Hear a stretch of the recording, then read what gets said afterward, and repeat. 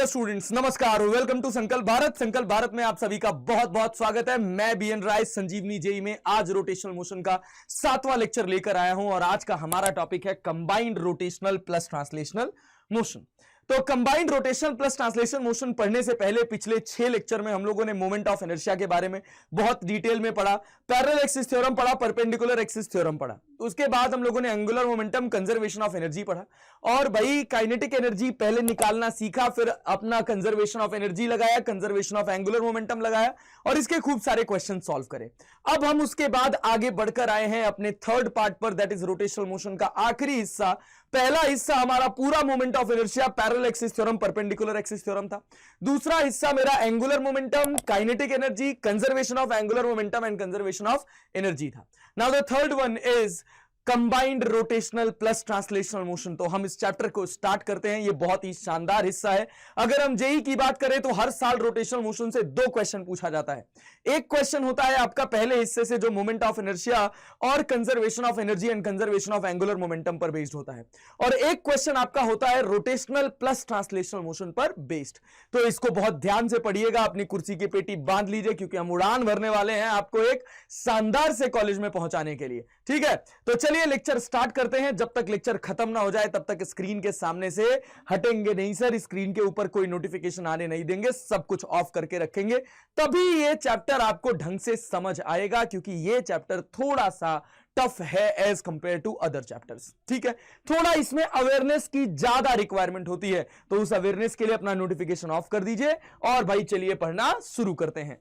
तो जब हम इस लेक्चर को स्टार्ट करते हैं रोटेशनल प्लस ट्रांसलेशनल मोशन, तो सबसे पहले हम इसके एनालिसिस की बात करते हैं कि कैसा होता है रोटेशनल प्लस ट्रांसलेशनल मोशन। मान लीजिए मैं कह रहा हूं कि ये हमारे पास एक फ्लैट सरफेस है और इस फ्लैट सरफेस के ऊपर एक सिलेंडर रखा हुआ है।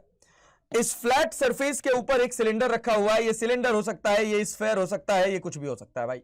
ठीक है, और ये जो सिलेंडर है ना, मैं अभी सिलेंडर की बात कर ले रहा हूं, इसको मैं कह दे रहा हूं कि ये एक सॉलिड सिलेंडर है। क्या है भैया?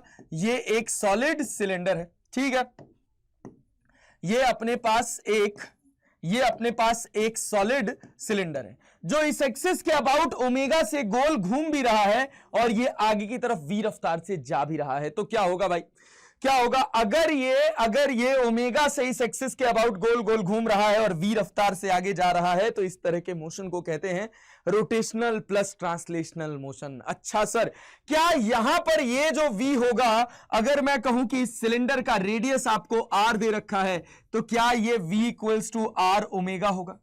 क्या ये जो v रफ्तार होगी वो r ओमेगा के बराबर होगी? सर अभी तो अपन यही पढ़ते आए हैं कि v इक्वल्स टू क्या होता है, r ओमेगा होता है। नहीं sir, v equals to r omega में ये जो v रफ्तार होती थी वो प्योर रोटेशनल मोशन की बात हम कर रहे होते थे।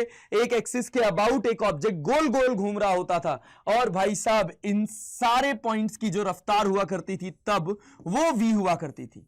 यहां पर ये जो v रफ्तार आपको दिख रही है, ये v रफ्तार वो है जिस रफ्तार से ये आगे की तरफ जा रहा है। ठीक है, और जो आप वहां v equals to r omega पढ़ के आते थे, वो मैं अगर यहां पर बात करूं मैं उसको v डैश से प्रेजेंट कर दूं, तो यहां पर इसका जो टेंजेंशियल वेलोसिटी होगा, अगर हम कहां बैठकर ऑब्जर्व करें, अगर हम सेंटर ऑफ मास पर बैठकर देखें, तो हम इसको लिखेंगे क्या, आर ओमेगा। ये v डैश अलग है और ये v अलग है, इन दोनों को मिक्स मत करिएगा। इस v का क्या सेंस है? ये कहता है कि इस सिलेंडर का हर एक पार्टिकल v रफ्तार से आगे की तरफ जा रहा है। हर एक पार्टिकल v रफ्तार से आगे की तरफ जा रहा है। ठीक है, हर एक पार्टिकल v रफ्तार से आगे की तरफ जा रहा है भैया। अगर हम कहां से ऑब्जर्व कर रहे हैं, अगर हम ग्राउंड से ऑब्जर्व कर रहे हैं, और इसी ग्राउंड से अगर हम कहें कि भाई हम सेंटर ऑफ मास पर बैठकर देखें, तो भाई ये ओमेगा से घूम रहा है, तो यहां पर इसकी रफ्तार होगी r इंटू ओमेगा। यहां पर इसकी रफ्तार इधर की तरफ होगी r आर इंटू ओमेगा। ठीक है भाई, इस पॉइंट पर रफ्तार होगी कितनी, आर इंटू ओमेगा। मतलब this is the combination of rotational plus translational motion. अगर हम बात करें इस पार्टिकल की, तो ये पार्टिकल v रफ्तार से आगे भी जा रहा है और इस इंस्टेंट पर आर ओमेगा से नीचे भी आ रहा है। और अगर हम बात करें इस बॉटम वाले पार्टिकल की, तो ये आगे जा रहा है v रफ्तार से और पीछे जा रहा है आर ओमेगा से। आगे जा रहा है v से और पीछे जा रहा है आर ओमेगा से। अगर मेरा v बड़ा हो जाए, अगर मेरा v बड़ा होगा किससे, आर ओमेगा से। बॉटम पॉइंट को देख के ये पता चल रहा है कि अगर मेरा v बड़ा होगा आर ओमेगा से तो क्या होगा, तो यहां पर फॉरवर्ड स्किटिंग होगी। कैसी स्किटिंग होगी, फॉरवर्ड स्किटिंग होगी। ये स्लाइड करते हुए और रोल करते हुए आगे की तरफ बढ़ेगा। ठीक है, और अगर मेरा v जो है वो छोटा हो जाए आर ओमेगा से, तो मेरी बैकवर्ड स्किटिंग होगी। मतलब ये घूमेगा तेज तेज और आगे जाएगा धीरे धीरे। और अगर मेरा v बराबर हो जाता है आर ओमेगा के, अगर मेरा v किसके बराबर हो जाता है, आर ओमेगा के, तो ये पार्टिकल की वेलोसिटी कितनी हो जाएगी, ये पार्टिकल की रिजल्टेंट वेलोसिटी शून्य हो जाएगी। और इस तरह के मोशन को कहा जाता है भाई साहब, इस तरह के मोशन को कहा जाता है रोलिंग मोशन, जिसको हम बहुत ज्यादा रोटेशनल प्लस ट्रांसलेशनल मोशन में पढ़ने वाले हैं। लगभग जितने क्वेश्चंस बनते हैं रोटेशनल प्लस ट्रांसलेशनल मोशन के, वो रोलिंग मोशन पर ही बेस्ड होते हैं।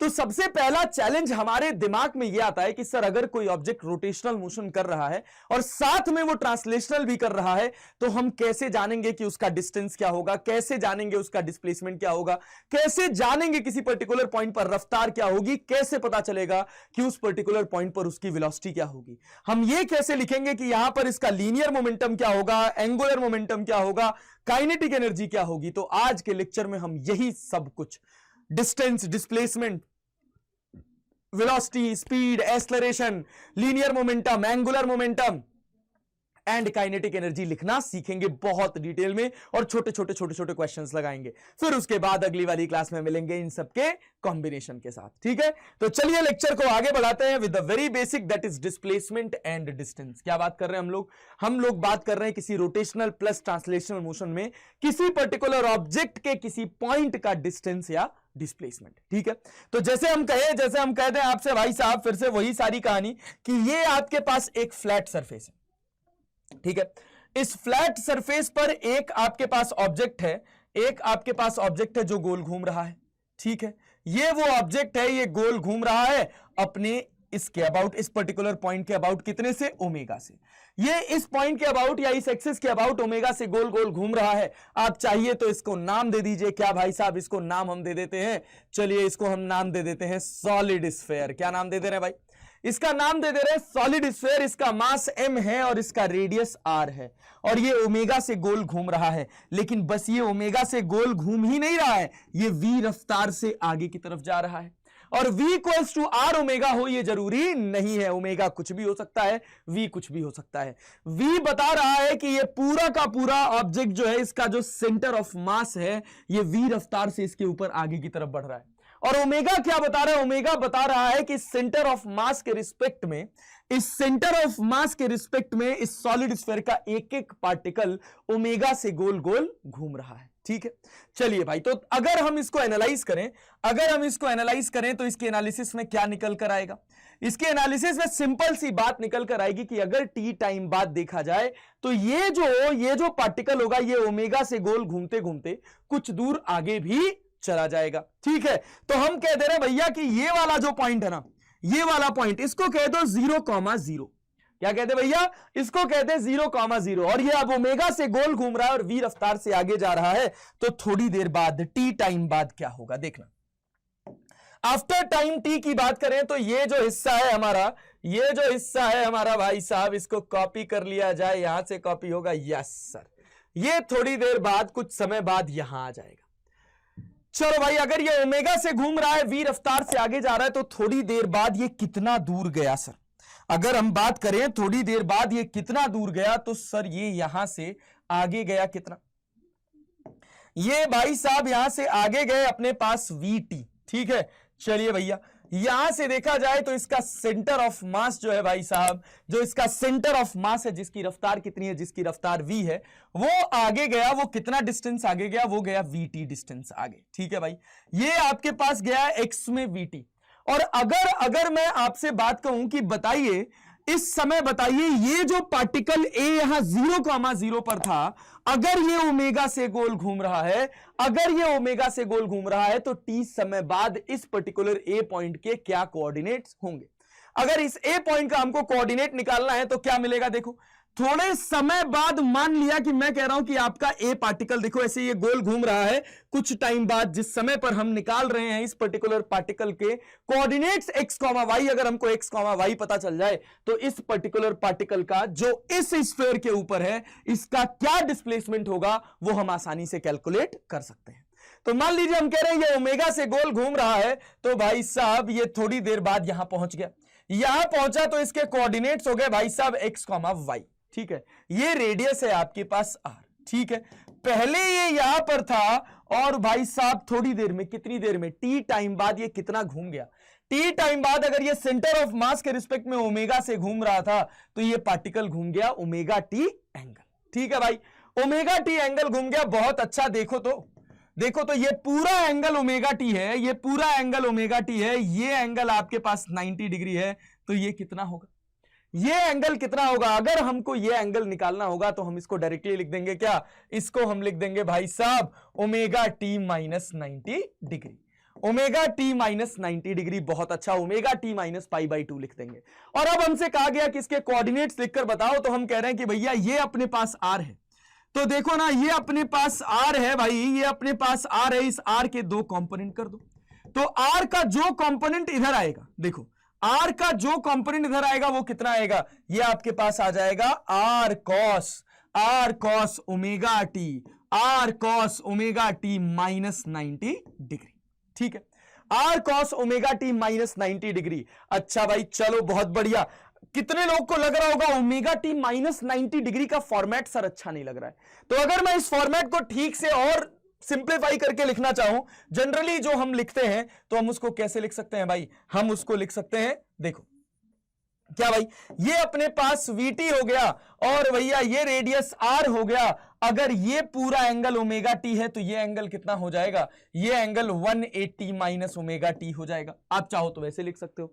अगर आपका ये एंगल जो है ये 180 माइनस ओमेगा टी हो जाएगा, और अब आप कंपोनेंट करोगे जिसमें आपको ओमेगा टी माइनस 90 लिखना ऑकवर्ड लग रहा था, अगर आप इसको लिखोगे तो इस r का जो कंपोनेंट इधर आएगा, इस r का जो कंपोनेंट इधर आएगा वो क्या हो जाएगा, ये हो जाएगा आपके पास r cos 180 minus omega T, r cos 180 minus omega T. बहुत बढ़िया, वेरी गुड भाई। और जो कंपोनेंट इधर जाएगा वो क्या हो जाएगा, वो हो जाएगा आपके पास r sin omega T, r sin 180 minus omega T. तो मतलब जब हमको x कोऑर्डिनेट लिखना होगा, तो यहां से लेकर यहां तक की डिस्टेंस आपके पास है vt, और vt में से अगर मैं r sin 180 minus omega T minus कर दूं, मैं कह दूं कि vt minus r sin 180 minus omega T लिख दूं, भाई साहब तो मेरा काम बन जाएगा, ये मेरा हो जाएगा x। ठीक है भाई। अच्छा, y लिखना हो तो क्या लिखेंगे सर, y लिखना होगा तो y इक्वल्स टू लिखेंगे भाई, ये आपके पास r है और ये कितना है, ये r cos 180 minus omega T है, तो y इक्वल्स टू हो जाएगा r plus r cos 180 minus omega T. खत्म बात। y equals to r plus r cos 180 minus omega T, इसके कोऑर्डिनेट्स हो गए x, y। और अब अगर आपको यहां से डिस्प्लेसमेंट चाहिए, तो क्या करना है, आपको x पता है, आपको y पता है, और अगर आपको ये डिस्प्लेसमेंट r वेक्टर चाहिए, तो r वेक्टर का मैग्नीट्यूड कितना हो जाएगा, that is under root of x square plus y square. हमको x भी पता, हमको y भी पता, हम बहुत आराम से अपना डिस्प्लेसमेंट कैलकुलेट कर सकते हैं। इस हिसाब से आपको कॉन्सेप्ट को समझना पड़ेगा। चलो भाई आ जाओ, तो कहानी को थोड़ा और आगे बढ़ाते हैं, क्वेश्चन के साथ इसको समझते हैं। जैसे मैं कह रहा हूं कि आपके पास एक फ्लैट सरफेस है, ठीक है भाई, ये आपके पास एक फ्लैट सरफेस है, इस फ्लैट सरफेस के ऊपर एक ऑब्जेक्ट है और मैं इस ऑब्जेक्ट की बात कर दे रहा हूं कि ये जो ऑब्जेक्ट है ना, ये आपके पास ये जो गिवन ऑब्जेक्ट है इसका शेप है सिलेंडर। कैसा सिलेंडर? Solid cylinder. ये है आपके पास एक सॉलिड सिलेंडर जिसका रेडियस दे रखा है आपको आर। रेडियस दे रखा है यार, मैं कह रहा हूं कि भाई साहब ये पॉइंट को मैं मार्क कर रहा हूं 0,0 और ये जो पार्टिकल है, ये जो सिलेंडर है, सॉलिड सिलेंडर है, ये घूम भी रहा है और आगे भी जा रहा है। मैं कह रहा हूं कि ये घूम रहा है, ओमेगा इक्वल्स टू आपको दे रखा है π/8 रेडियन पर सेकेंड। ओमेगा कितना दे रखा है? ओमेगा दे रखा है π/8 रेडियन पर सेकेंड और ये आगे जा रहा है 10 मीटर पर सेकेंड से। ओमेगा π/8 रेडियन पर सेकेंड से घूम रहा है और 10 मीटर पर सेकेंड से आगे जा रहा है। इसका रेडियस आपको दे रखा है, इसका रेडियस आपको दे रखा है, मान लीजिए 4 मीटर। कितना रेडियस दे दिया गया है? 4 मीटर। आपसे कहा जा रहा है find displacement of point A, ये आपका ए पॉइंट है after T equals to 2 second. 2 second बाद आपसे पूछा जा रहा है कि बताइए इसका डिस्प्लेसमेंट क्या होगा अगर ये ओमेगा से ऐसे गोल घूम रहा है। तो कैसे निकालेंगे भाई? कैसे निकालेंगे? हम कह देंगे कि भैया मान लीजिए 2 सेकेंड बाद ये आपका जो स्फेयर था, 2 सेकेंड बाद ये जो आपका स्फेयर था, ये यहां से कुछ खिसक के यहां आ गया। ठीक है भाई, 2 सेकेंड बाद आपका स्फेयर वहां से चलकर यहां तक आया। अगर आगे की हम बात करें तो इस समय इसकी रफ्तार कितनी होगी सर? अगर इसके रफ्तार की बात करी जाए तो भाई ये 10 मीटर पर सेकंड से आगे जा रहा था, तो 10 मीटर पर सेकंड से ही आगे जाता रहेगा। लेकिन 10 मीटर पर सेकंड से ये 2 सेकंड में कितना चला? तो ये हमको क्लियर हो गया कि ये चला भाई साहब 20 मीटर। 2 सेकंड बाद निकालना है, 20 मीटर चला। और पार्टिकल ए की बात करें तो हम कह रहे हैं कि हमारा पार्टिकल ए कुछ ओमेगा टी घूम गया 2 सेकंड में। कितना घूमा? कितना एंगल घूमा? अगर इस थीटा की बात करें तो theta equals to omega T है भाई। ओमेगा की वैल्यू कितनी गिवन है? ओमेगा की वैल्यू आपके पास गिवन है π/8 रेडियन पर सेकेंड और टाइम दे रखा है 2, मतलब थीटा इक्वल्स टू हो गया आपके पास π/4। दैट मींस 45 डिग्री घूम गया। मतलब 45 डिग्री घूमने का बेसिक कहानी ये है कि ए यहां से लेकर यहां पहुंच गया, थीटा इक्वल्स टू 45 डिग्री घूमकर। बहुत बढ़िया। तो अब इसके कोऑर्डिनेट मुझे लिखने हो x, y, इस 0,0 के रिस्पेक्ट में, तो मैं कैसे लिखूंगा? तो देखो भाई क्या करेंगे, ये आपके पास r है, ये आपके पास थीटा है, तो इधर जो कंपोनेंट आ जाएगा वो आ जाएगा r cos थीटा, और इधर जो कंपोनेंट चला जाएगा ये चला जाएगा आपके पास, उधर कंपोनेंट आ जाएगा आपके पास r sin थीटा, जिससे थीटा जुड़ा है उधर, cos जिससे थीटा नहीं जुड़ा है उधर sin, और यहां क्या आ जाएगा? यहां आ जाएगा आपके पास बेटा जी r cos थीटा। ये हो गया r sin थीटा और ये हो गया आपके पास r cos थीटा। बहुत ध्यान से सुनिएगा, बहुत ध्यान से समझने की कोशिश करिएगा। ये r sin थीटा मतलब ये पार्टिकल के अगर x की वैल्यू देखी जाए तो x की वैल्यू मैं क्या लिखूंगा? x की वैल्यू मैं लिखूंगा 20 मीटर प्लस रेडियस कितना दे रखा है? रेडियस दे रखा है 4, और sin थीटा मतलब कितना? थीटा की वैल्यू निकल कर आई 45 डिग्री, तो ये sin 45 हो गया। अच्छा y अगर लिखना होगा तो y क्या लिखोगे? पूरा है आपके पास 4 और यहां से ये वैल्यू r cos थीटा है, तो r में से r cos थीटा को माइनस कर देंगे तो ये आपको y मिल जाएगा। तो y will be equivalent to 4 minus 4 cos 45, 4 minus 4 cos 45। लो भाई साहब, तो अगर x की बात करी जाए तो ये अपने पास हो जाएगा 20 प्लस 4/√2, और ये कितना हो जाएगा? ये हो जाएगा 4 माइनस 4/√2। लो खत्म बात। ये तुम्हारे पास हो गया x, y, और अगर तुमको x, y पता चल गया तो r निकालना मुझे नहीं लगता कि कोई खास बात है, कोई कठिन बात है। क्या r आसानी से निकाला जा सकता है? क्या डिस्प्लेसमेंट को आसानी से कैलकुलेट करा जा सकता है? हाँ भाई, इसी तरह से displacement of the particle calculate होता है अगर कभी बात हो जाए किसकी? रोटेशनल प्लस ट्रांसलेशनल मोशन की। तो इसी पर बेस्ड मैं आपको एक क्वेश्चन बनाकर होमवर्क दे दे रहा हूं, इसका आंसर निकालकर मुझे कॉमेंट बॉक्स में जरूर बताइएगा भाई कि ये आपके पास एक स्ट्रेट पाथ है, इस स्ट्रेट पाथ के ऊपर आपके पास एक गोला रखा हुआ है, सॉलिड स्फीयर रखा हुआ है। देखो भाई, ये आपके पास एक सॉलिड स्फीयर रखा हुआ है, ये रहा वो सॉलिड स्फीयर, और ये अपनी एक्सिस के अबाउट घूम रहा है कितने से?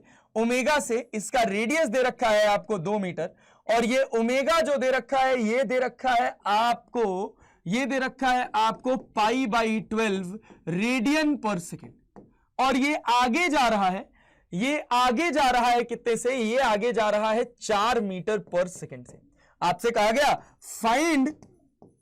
फाइंड मैं यही पार्टिकल मार्क कर दे रहा हूं।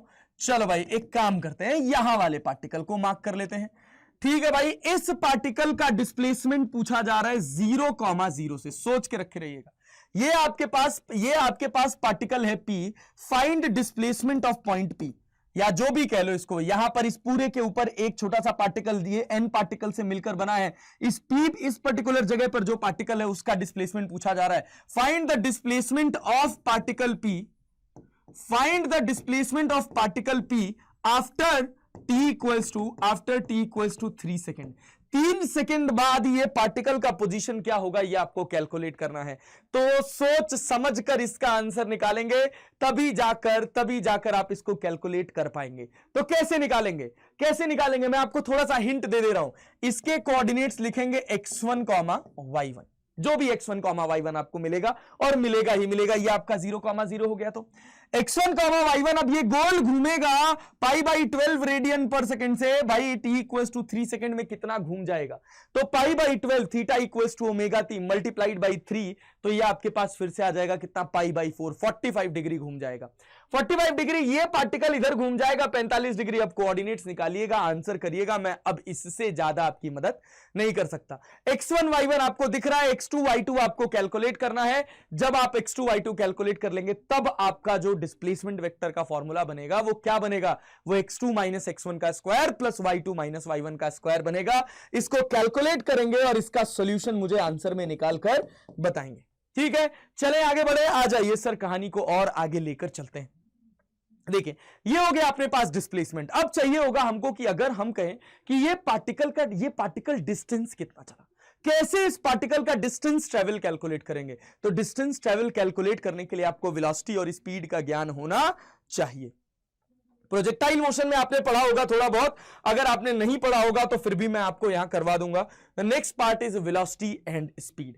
इसकी थोड़ी सी चर्चा हम लोगों ने जब एनालिसिस करना स्टार्ट किया था तभी कर लिया था, लेकिन उसके बाद भी हम इसको दोबारा से पढ़ेंगे। क्या है भाई कि अगर फिर से वही कहानी कि ये आपके पास एक ट्रैक है, इस ट्रैक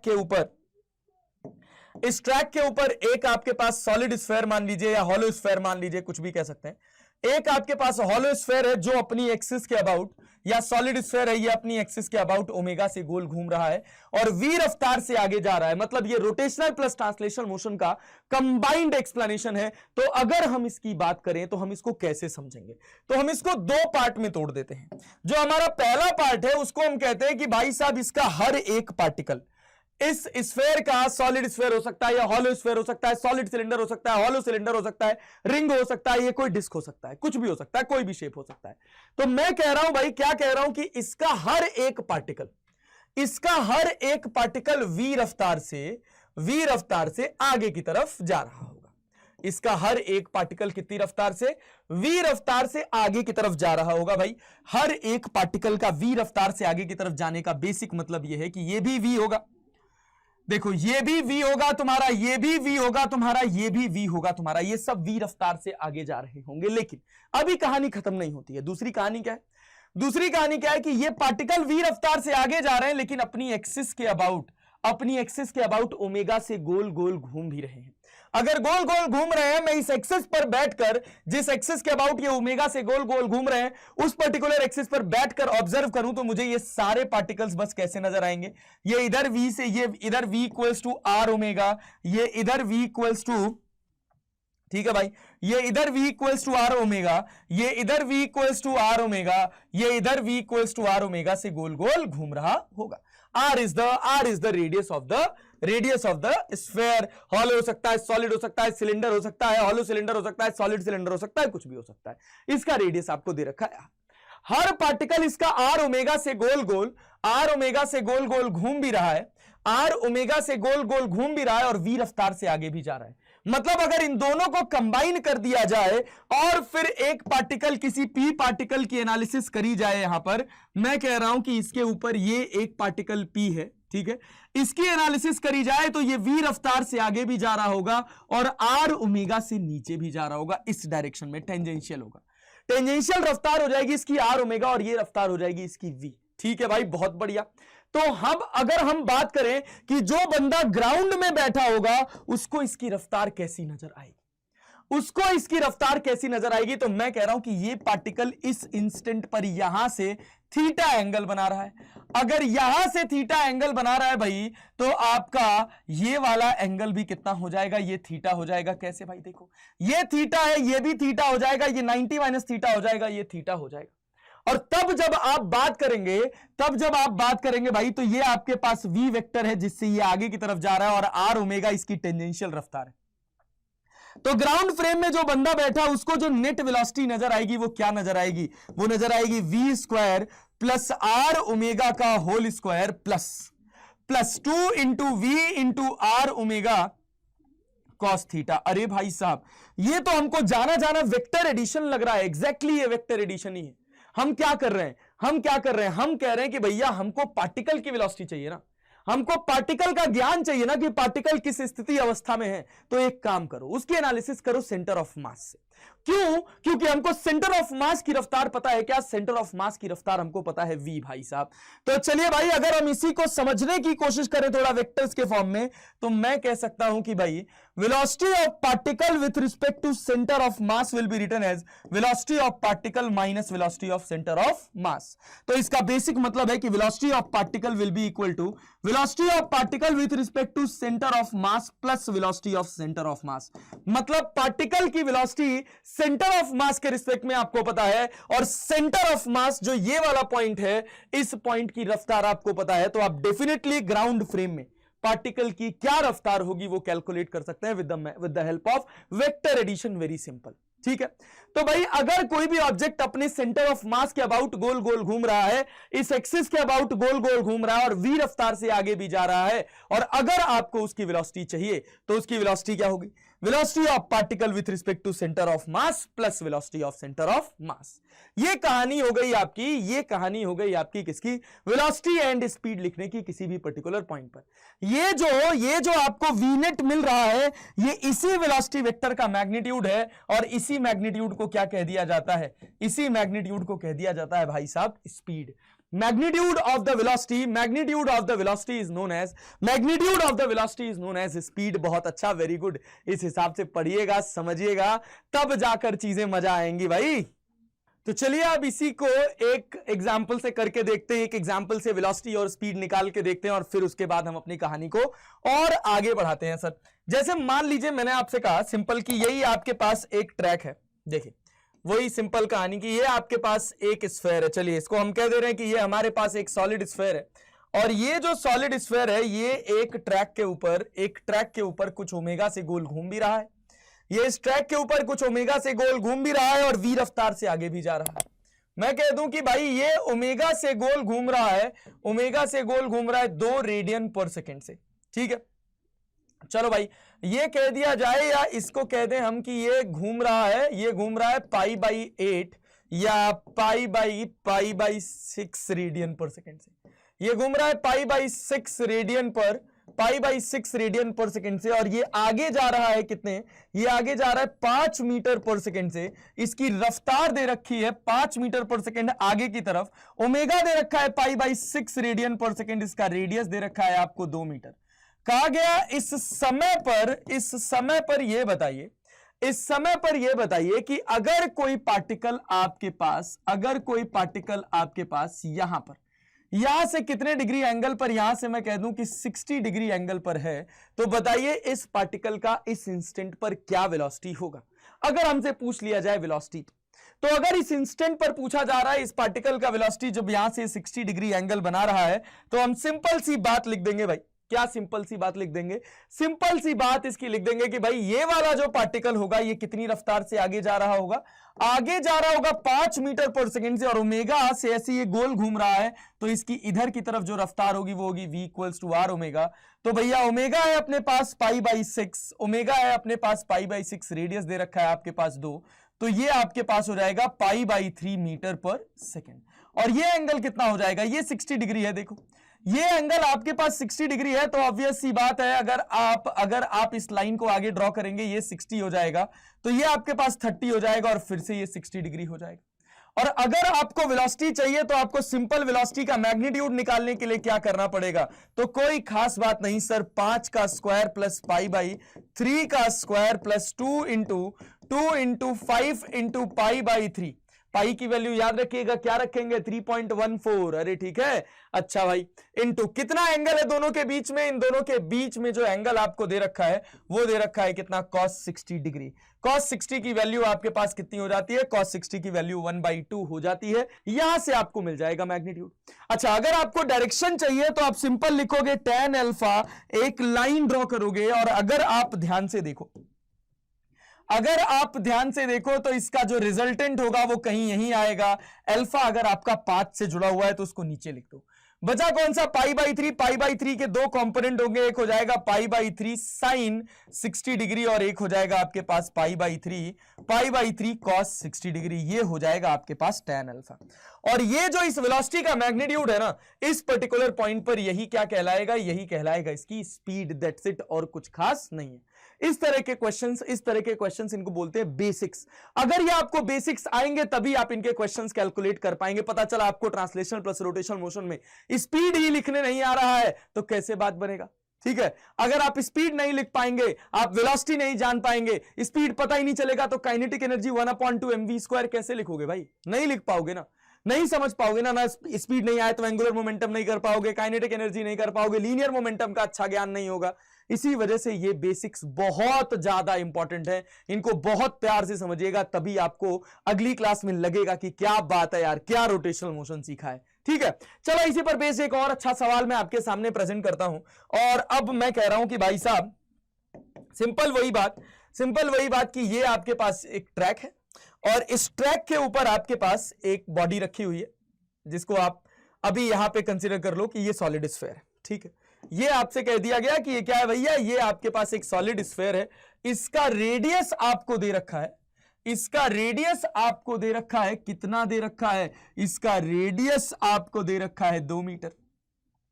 और भैया ये आगे जा रहा है 5 मीटर पर सेकंड से। एक पार्टिकल आपके पास ए यहां पर है, एक पार्टिकल आपके पास ए यहां पर है, और आपसे कहा गया कि इसका ओमेगा दे रखा है, इसका ओमेगा दे रखा है 2 रेडियन पर सेकेंड, इसका ओमेगा दे रखा है 2 रेडियन पर सेकेंड। आपसे कहा जा रहा है find the velocity of the particle, find the velocity of the particle A. इसके ऊपर ये जो पार्टिकल ए है, ये पार्टिकल ए है, इसकी वेलोसिटी निकालनी है आफ्टर t इक्वल्स टू आप कह दीजिए कि पाई बाई 2 सेकेंड, ठीक है। After t equals to pi by 2 second बाद आपको बताना है, या इसको कर देते हैं पाई बाई 2 की जगह हटाइए, इसको कर देते हैं थोड़ा अच्छा रखते हैं, पाई बाई 6 सेकेंड कर देते हैं।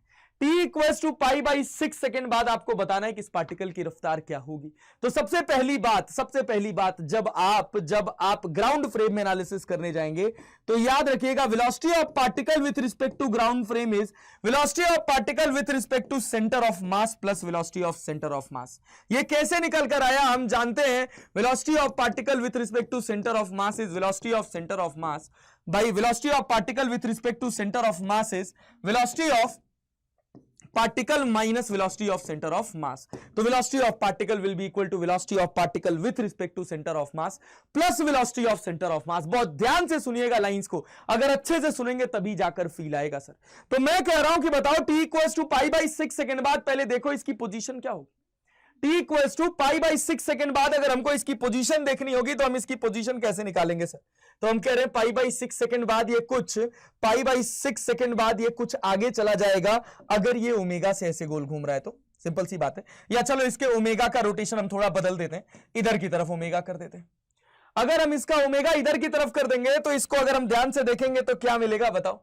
देखो इसको कॉपी कर लिया, यहां कर दिया, मान लीजिए हम कह दिए कि टी टाइम बाद ये यहां आ गया, तो टी टाइम बाद देखिए ए पार्टिकल कितना एंगल घूमा है, टी टाइम बाद आपका जो ए पार्टिकल है वो कितना एंगल घूमा है, तो थीटा इक्वल्स टू होता है ओमेगा टी। ओमेगा की वैल्यू दे रखी है आपको 2 रेडियन पर सेकेंड, टाइम दे रखा है π/6, तो ये हो जाएगा आपके पास π/3 रेडियन। π/3 रेडियन का मतलब क्या है? π/3 रेडियन का मतलब है 60 डिग्री की। ये जो पार्टिकल ए था ये कितना घूम गया भैया? ये पार्टिकल ए घूम गया 60 डिग्री, इतना 60 डिग्री इधर घूम गया, 60 डिग्री घूम गया। इस समय इसकी रफ्तार क्या होगी? तो इस समय इसकी 2 रफ्तार होगी सर। एक रफ्तार आगे की तरफ होगी, that will be equivalent to 5 metre per second, और एक रफ्तार इसकी इधर होगी, that is equal to R omega. Omega कितना दे रखा है? ओमेगा दे रखा है 2 रेडियन, और 2 रेडियन पर सेकेंड, और रेडियस दे रखा है 2 मीटर, तो ये आपके पास हो जाएगा 4 मीटर पर सेकेंड। अच्छा, ये एंगल 60 डिग्री है, यहां देखो, इसको ऐसे बनाओ, ये एंगल 60 डिग्री है, तो ये भी 60 होगा, तो ये 30 होगा, तो ये एंगल कितना होगा? ये एंगल 60 डिग्री होगा। क्या आप रिजल्टेंट नहीं निकाल सकते हो? t equal to 2 second, 3 second, 4 second, 5 second, 10 second, 20 second बाद अगर तुमसे वेलोसिटी पूछ ले, क्या वेलोसिटी नहीं निकाल सकते हो? सिंपल करना ही क्या है, 4 और 5 का रिजल्टेंट निकालना है, हो गया काम। और क्या, एंगल निकालना है, एंगल निकल जाएगा। सिंपल वेक्टर एडिशन है, कुछ खास बात नहीं है। चलो भैया, रिजल्टेंट वेलोसिटी पार्टिकल पी का ग्राउंड फ्रेम में क्या मैग्नीट्यूड होगा? अगर ये निकालना होगा तो हम इसको लिखेंगे भाई 5 का स्क्वायर प्लस 4 का square plus 2 into 5 into 4 into cos 60 degree. cos 60 की वैल्यू आपके पास, cos 60 की वैल्यू आपके पास 1/2 हो जाती है, तो ये 25 हो गया, ये 16 हो गया, और ये कितना हो गया? ये 5 चौक को 20 हो गया भैया। cos 60 की वैल्यू 1/2, 25 और 20 45, 45 10 55, और 55 और 6 कितना हो गया? ये आपके पास हो गया √61 मीटर पर सेकेंड। ये इसकी रिजल्टेंट वेलोसिटी आ गई। अगर मैं कहता इस पर्टिकुलर पॉइंट पर स्पीड बताओ तो मेरा काम बन जाता, आगे मैं कुछ नहीं करता। अच्छा, लेकिन मेरे से वेलोसिटी पूछ रहा है तो मुझे डायरेक्शन भी लिखना पड़ेगा। डायरेक्शन लिखना पड़ेगा तो मैं क्या करूंगा? मैं सिंपल सी बात लिखूंगा, tan अल्फा, और एक लाइन खींचूंगा, और मुझसे कहा जाएगा जनरली कि आपको जो वेलोसिटी निकालनी है ना, वो सेंटर ऑफ मास वाली एक्सिस से निकालना है, इस वाली लाइन से निकालना है। तो ये आपको अल्फा मिलेगा कैलकुलेट करने को। तो आप क्या लिखोगे बोलो? सिंपल सी बात है, tan अल्फा देखेंगे हमारा किससे जुड़ा हुआ है? 5 से जुड़ा हुआ है। बचा 4 के 2 कंपोनेंट, एक हो जाएगा आपके पास 4 sin 60 डिग्री, और एक आपके पास हो जाएगा कितना? एक आपके पास हो जाएगा 4 cos 60 डिग्री। लीजिए भैया, जो आएगा वो आपका tan अल्फा हो जाएगा, मतलब alpha will be equivalent to tan inverse of this particular value. ठीक है, चलिए भैया, तो हमको वेलोसिटी निकालने आ गया। हमको वेलोसिटी के मैग्नीट्यूड को ही हम क्या जानते हैं? वेलोसिटी के मैग्नीट्यूड को ही हम स्पीड जानते हैं सर, बहुत बढ़िया। और भाई वेलोसिटी का डायरेक्शन भी निकालने आ गया, tan अल्फा से हम कैलकुलेट कर सकते हैं। अब मैं आपसे एक सवाल पूछ रहा हूं, इसको बहुत सोच समझ के आंसर करिएगा। क्या है भाई? क्या है भाई? सवाल यह है कि आपके पास एक ट्रैक है, ठीक है, इस ट्रैक के ऊपर आपके पास एक स्फीयर है, ठीक है, एक स्फीयर है, और इस स्फीयर को हम बना देते हैं भैया, कैसा स्फीयर? Solid sphere. जब तक मोमेंट ऑफ इनर्शिया की कहानी नहीं आएगी तब तक स्फीयर सॉलिड हो हॉलो हो कोई खास फर्क पड़ने वाला नहीं है। अभी हम kinematics of translational plus rotational motion पढ़ रहे हैं, ठीक है। तो देखो भाई, ये क्या है? ये कहा जा रहा है कि इसका रेडियस ना अपने को पता है, थोड़ा इसको बड़ा बनाया जाए, नहीं इसको थोड़ा बड़ा कर देते हैं। देखो भाई, ये ठीक है, ये अपने पास थोड़ा बड़ा हो गया, और इनको हटा देते हैं। ठीक है भाई, ये जो स्फीयर है, ये जो आपको स्फीयर दिख रहा है, इस स्फीयर का ये सेंटर है, सेंटर ऑफ मास है, और ये स्फीयर v रफ्तार से आगे जा रहा है। इसका रेडियस r दे रखा है, ओमेगा से गोल घूम रहा है, ओमेगा से गोल घूम रहा है। तो आपसे कहा गया कि एक काम करिए, आफ्टर टाइम t, क्या भाई? आफ्टर टाइम t आपको बताना है कि ये जो पार्टिकल p यहां बॉटम पर था, ये जो पार्टिकल p यहां बॉटम पर था, ये कितना डिस्टेंस चल जाएगा? After time t, distance travelled by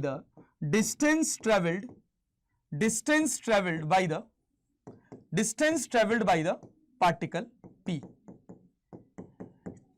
sorry, ठीक है, चले आगे बढ़ते हैं। देखिए भाई, after time t, distance travelled by the particle p कितना डिस्टेंस ट्रेवल करेगा? अब यहां पर रोटेशनल मोशन में एक और नया कॉन्सेप्ट आता है। किसका कॉन्सेप्ट आता है? डिस्टेंस कैलकुलेट करने का। तो डिस्टेंस हम कैसे कैलकुलेट करेंगे सर? तो जब डिस्टेंस कैलकुलेट करने की बात आएगी, तो हम सबसे पहले देखेंगे कि भैया ये जो हमारा p है, ये t टाइम बाद, किसी भी टाइम t के बाद इसकी क्या स्थिति परिस्थिति होगी। तो t टाइम बाद की अगर बात करी जाए भाई, टी टाइम बाद की अगर बात करी जाए तो देखो क्या होगा। टी टाइम बाद मैं कह रहा हूं कि मेरा ये जो पार्टिकल है ना, ये कहीं यहां चला आया, देखना मेरा पार्टिकल कहीं इधर पीछे खिसक गया, कितना खिसका भाई, ये कितना खिसका, ये ओमेगा टी खिसका। अगर ओमेगा टी खिसका, वी रफ्तार से आगे जा रहा था, ओमेगा टी खिसक गया, अरे theta equals to omega T होता है, टी टाइम बाद इतना खिसक जाएगा, तो इस पर्टिकुलर इंस्टेंट पर इसकी रफ्तार क्या होगी, इसकी स्पीड क्या होगी, तो वो हम कैसे देखेंगे सर? तो वो हमको दिख रहा है कि ये पार्टिकल वी रफ्तार से आगे जा रहा है और अपने इस सेंटर ऑफ मास के अबाउट कितने से भैया, आर ओमेगा से गोल गोल घूम भी रहा है। वी रफ्तार से आगे जा रहा है और आर ओमेगा से अपने सेंटर ऑफ मास के अबाउट गोल गोल घूम रहा है। इसका मतलब ये हमारा क्या है, ये हमारा velocity of particle with respect to centre of mass, और ये क्या है, ये हमारा velocity of centre of mass. और velocity of centre of mass और velocity of particle with respect to centre of mass का ही रिजल्टेंट क्या होता है भाई, ये होता है velocity of particle with respect to ground. वो अभी हम पीछे देखकर आ रहे हैं, और उसी के मैग्नीट्यूड को हम क्या बोलते हैं, स्पीड। और अगर हमको speed as a function of time पता चल गया तो हम डिस्टेंस निकाल सकते हैं, कोई दिक्कत वाली बात नहीं होगी। तो speed as a function of time कैसे निकालेंगे सर? ये देखिए, ये आपके पास थीटा एंगल है, ये आपके पास ओमेगा टी हो गया, और भाई साहब ये आपका जो, अगर मैं यहां से बात करूं, देखो यहां से बात करूं तो ये आपका ओमेगा टी हो गया भैया, ये आपका ओमेगा टी हो गया, तो ये भी आपका ओमेगा टी होगा, ये आपका 90 माइनस ओमेगा टी होगा, मतलब ये आपका ओमेगा टी होगा। तो इस पूरे एंगल की बात करी जाए तो ये होगा 180 माइनस ओमेगा टी। समझ आया कैसे? ये ओमेगा टी है, ये 90 माइनस ओमेगा टी है, ये फिर से ओमेगा टी है, ये आपका 90 माइनस ओमेगा टी है, फिर आपका ये ओमेगा टी हो जाएगा, और ये पूरा एंगल 180 माइनस ओमेगा टी हो जाएगा। अब हम स्पीड ऑफ द पार्टिकल की बात करें तो स्पीड ऑफ द पार्टिकल आपके पास हो जाएगा कितना, that will be equivalent to V square plus R square omega square plus 2 into we into R omega into cos 180 minus omega T. और कॉस 180 माइनस थीटा क्या होता है, कॉस 180 माइनस थीटा क्या होता है, माइनस कॉस थीटा होता है। तो ये आपके पास हो जाएगा under root of V square plus R square omega square plus 2 V R omega cos omega T की जगह ये अपने पास कितना हो जाएगा, 180 माइनस ओमेगा टी की जगह हो जाएगा माइनस ओमेगा टी, यहां पर लग जाएगा माइनस और यहां पर हो जाएगा cos omega T.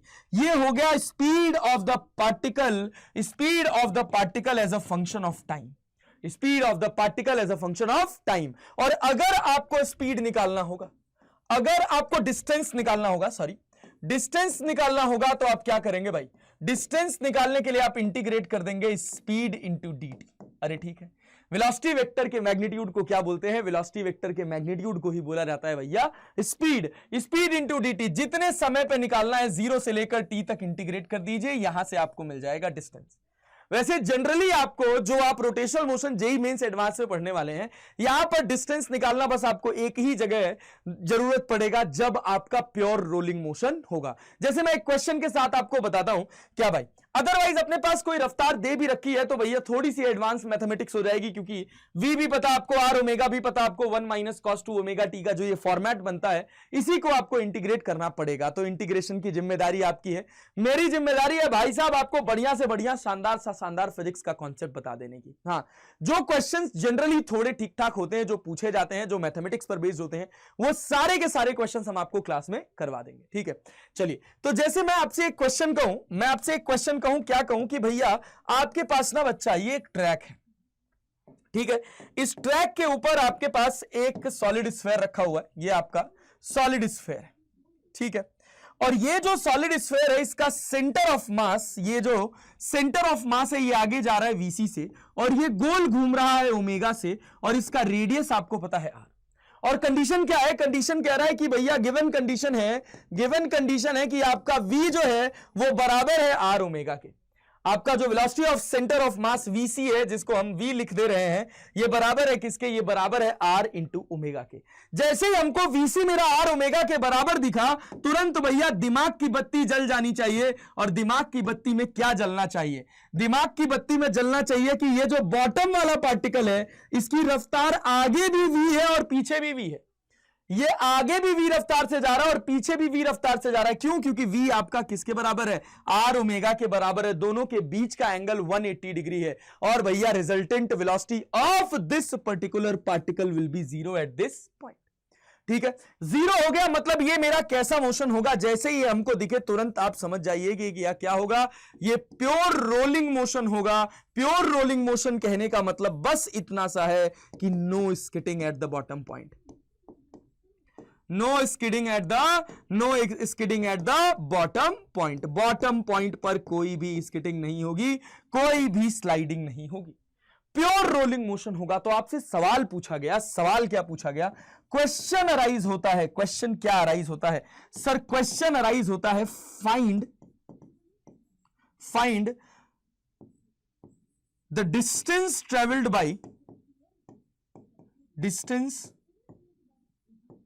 Bye particle P, find distance traveled by particle P after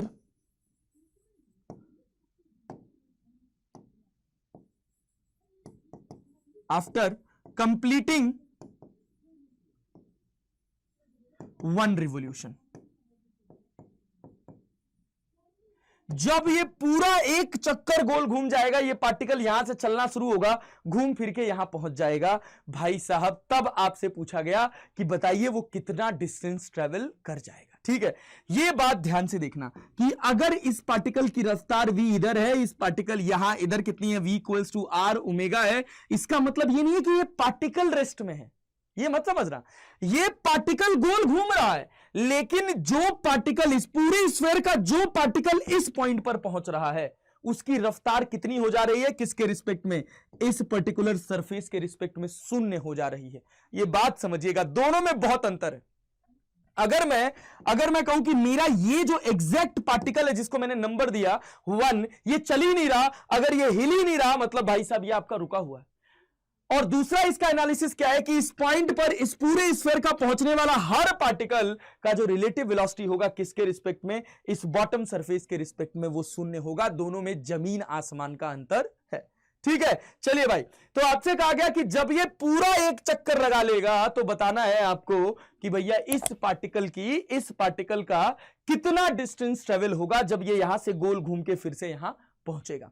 तो जैसे ये बात आती है, मेरे दिमाग में ख्याल आता है कि भैया ये इसको एक चक्कर लगाने में कितना टाइम लग रहा है। अगर ये ओमेगा से गोल घूम रहा है, अगर ओमेगा से गोल घूम रहा है तो ये आपके पास 2 पाई बाई टी होता है, तो T equals to 2 pi upon omega. 2 pi upon omega समय में ये पूरा एक चक्कर काटता है, और उतने समय में अगर मुझे निकालना है कि मेरा पी पार्टिकल कितना डिस्टेंस चलेगा, तो सिंपल सी बात यह है कि पहले मैं देखूंगा किसी भी समय टी पर मेरे पार्टिकल की रफ्तार क्या होगी। रफ्तार का मतलब स्पीड क्या होगी। तो कैसे देखेंगे भाई, हम कह रहे हैं किसी भी टी टाइम पर जब ये कितना घूम गया, जब ये ओमेगा टी घूम गया तो मेरा पार्टिकल यहां पहुंच गया, और जब ये पार्टिकल मेरा यहां पहुंचा तो समझने वाली बात क्या है। देखो, इसको दूसरे डायग्राम में बनाते हैं, कॉम्प्लेक्स नहीं करते हैं, थोड़ा आसान रखते हैं ताकि तुमको ज्यादा अच्छे से, ज्यादा क्लैरिटी के साथ चीजें समझ आए। ये तुम्हारे पास है, इसको इधर कर दो। थोड़े टाइम बाद, किसी भी टाइम टी के बाद ये कहां पहुंच गया, मान लो कि टी टाइम बाद आपका पार्टिकल जो है वो कहीं यहां पहुंच गया। ठीक है, मान लो कि ये पार्टिकल आपका टी टाइम बाद कहीं यहां पहुंच गया, और अगर आप देखो भाई साहब, तो भाई ये कितना घूमा टी टाइम बाद, ये ओमेगा टी घूम गया। अगर ये टी टाइम बाद ओमेगा टी घूम गया तो इसकी दो रफ्तार है, यहां पर एक v इधर की तरफ है और एक r ओमेगा इधर की तरफ है, और r ओमेगा भी किसके बराबर है, ये भी बराबर है v के। तो ये जो पूरा एंगल है ये किसके बराबर है, ये बराबर है 180 माइनस ओमेगा टी।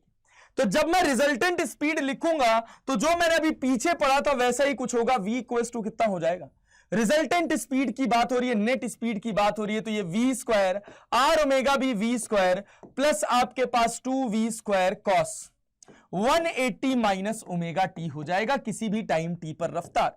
तो v स्क्वायर को अगर हम बाहर कर लें तो ये अंडर रूट में हमको क्या मिल जाएगा, 2 कॉमन हो जाएगा, 1 प्लस की 1 माइनस कॉस 180 माइनस थीटा कितना होता है, माइनस कॉस थीटा होता है, तो ये माइनस कॉस ओमेगा टी हो गया। और 1 माइनस कॉस ओमेगा टी को अगर लिखा जाए तो इसको हम लिख सकते हैं 2 cos square omega T, 2 cos square की 2 sine square, 1 minus cos 2 theta that is 2 sine square theta by 2। अरे ठीक है, यहां पे अपने पास 2 नहीं है, हम एक जनरल फॉर्मूला जानते हैं, 1 minus cos 2 theta that is 2 sine square theta. तो अगर मैं चाहूं तो मैं यहां पे 2 से मल्टीप्लाई और 2 से डिवाइड करके लिख दूं, तो ये v स्क्वायर मेरा अंडर रूट के बाहर आया था, तो ये कितना हो गया था, ये v हो गया था।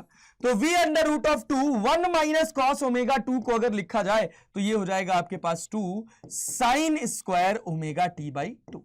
मैं इसी ओमेगा टी को अगर आप ध्यान से देखो तो इसी ओमेगा टी को मैं क्या लिख दे रहा हूं, 2 इंटू ओमेगा टी बाई 2। खत्म बात, फॉर्मेट बना दिया। 1 माइनस कॉस 2 थीटा का, थीटा की वैल्यू हो गई omega T by 2। 1 minus cos 2 theta जो है ये बराबर हो जाता है 2 साइन स्क्वायर थीटा के, तो थीटा की वैल्यू ओमेगा टी बाई 2।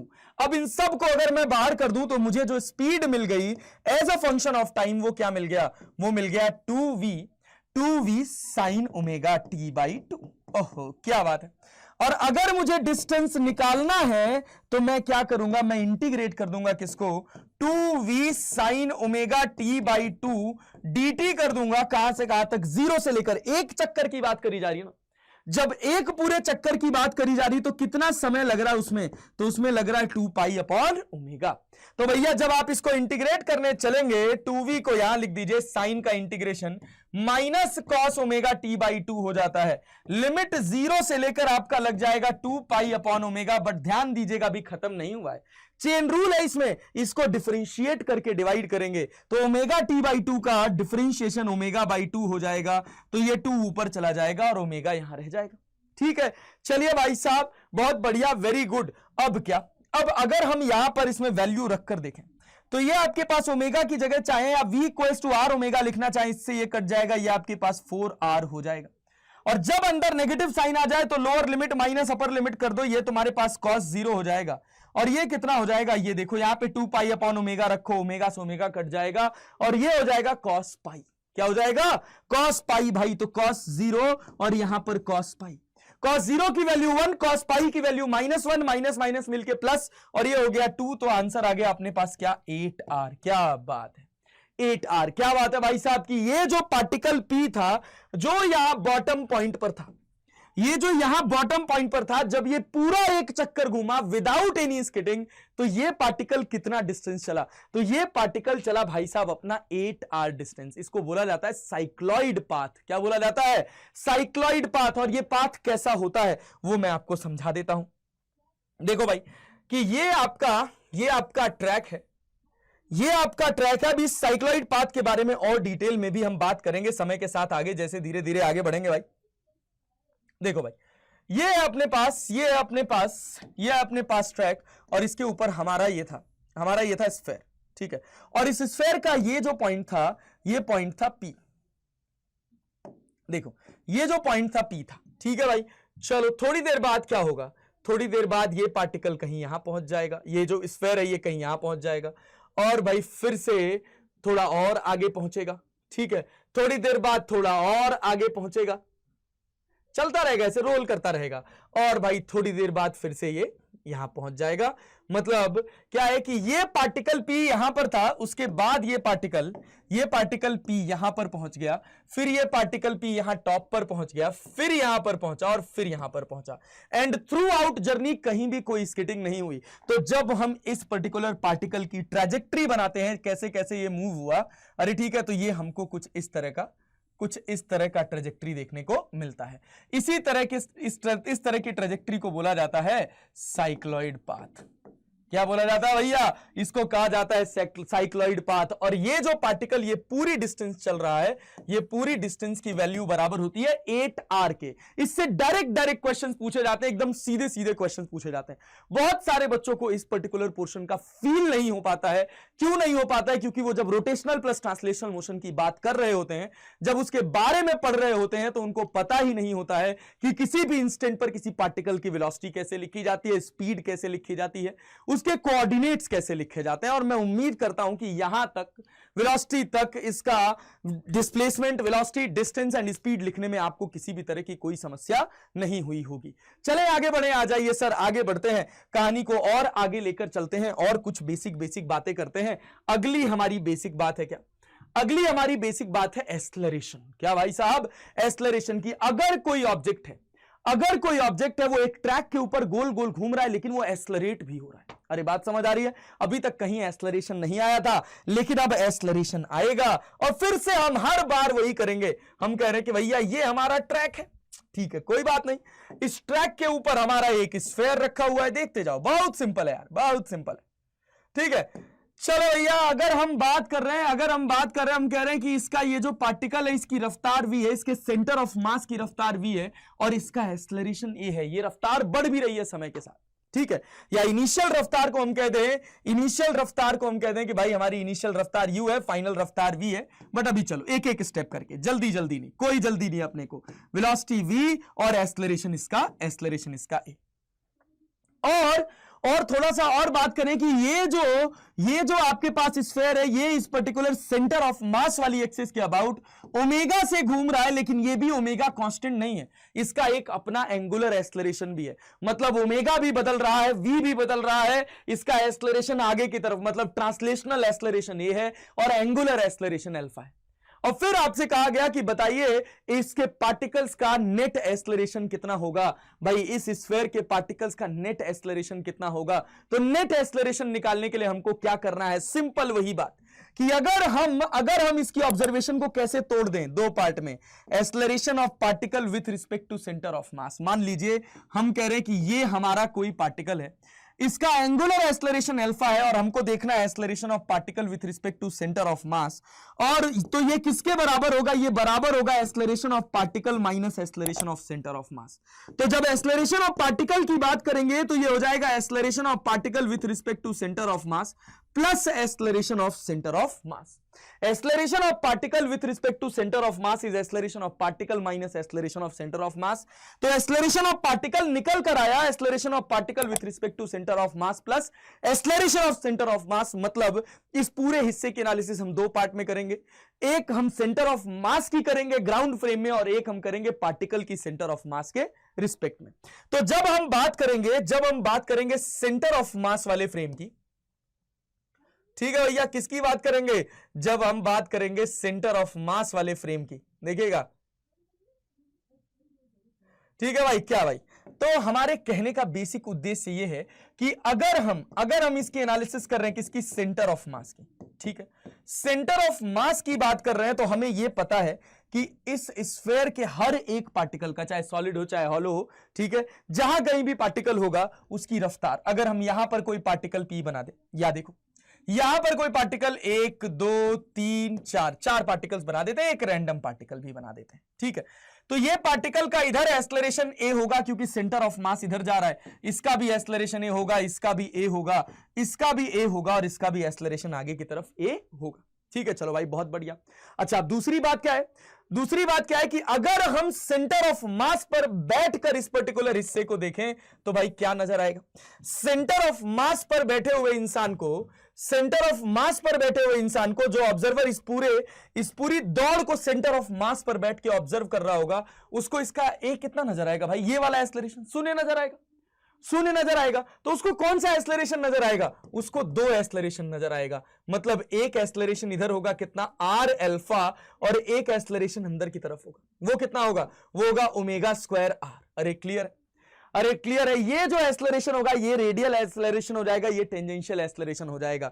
मतलब इस पॉइंट की बात करें तो इधर आपके पास हो जाएगा आर अल्फा और इधर हो जाएगा आपके पास omega square R, same as यहां पर इधर हो जाएगा आपके पास आर अल्फा, इधर हो जाएगा आपके पास ओमेगा स्क्वायर आर, और इस पार्टिकल की बात करेंगे इधर हो जाएगा आपके पास आर अल्फा, आगे की तरफ हो जाएगा ओमेगा स्क्वायर आर, और इस पार्टिकल की बात करेंगे तो इधर हो जाएगा आर अल्फा और भाई साहब नीचे की तरफ हो जाएगा कितना, ये हो जाएगा आपके पास ओमेगा स्क्वायर आर। और अब इन दोनों को उठाकर जोड़ दो और मैं कहूं कि मुझे चाहिए इस पार्टिकल का एक्सेलरेशन, तो देखो इस पार्टिकल का एक्सेलरेशन क्या होगा, इसके ऊपर एक एक्सेलरेशन इधर की तरफ लगेगा और ये जो एक्सेलरेशन होगा ये आपके पास हो जाएगा ओमेगा स्क्वायर आर, ठीक है, ओमेगा स्क्वायर या आर ओमेगा स्क्वायर, ठीक है भाई। एक एक्सेलरेशन इधर होगा, वो कौन सा एक्सेलरेशन होगा, वो टेंजेंशियल एक्सेलरेशन होगा, दैट इज आर अल्फा, और एक एक्सेलरेशन आगे की तरफ होगा, दैट इज ए, ठीक है।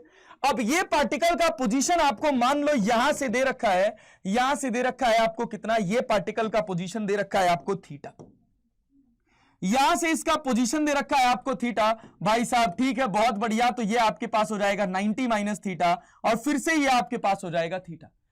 और भाई अगर और कहानी को आगे बढ़ाए ये थीटा, ये 90 माइनस थीटा, तो ऑब्वियस सी बात है ये एंगल कितना थीटा। और अब आपको करना क्या है, अगर पार्टिकल का नेट एक्सेलरेशन चाहिए तो आपको वेक्टर सम करना पड़ेगा ए का, इधर कितना लग रहा है, इधर लग रहा है आर अल्फा का, और इधर लग रहा है आपके पास आर ओमेगा स्क्वायर या ओमेगा स्क्वायर आर का। ये जो एंगल है, ये एंगल आपके पास थीटा है, और ये एंगल भी आपके पास कितना है, ये एंगल आपके पास थीटा है, और भैया ये एंगल आपके पास थीटा है। ये दो एंगल का ज्ञान आपको है, ठीक है।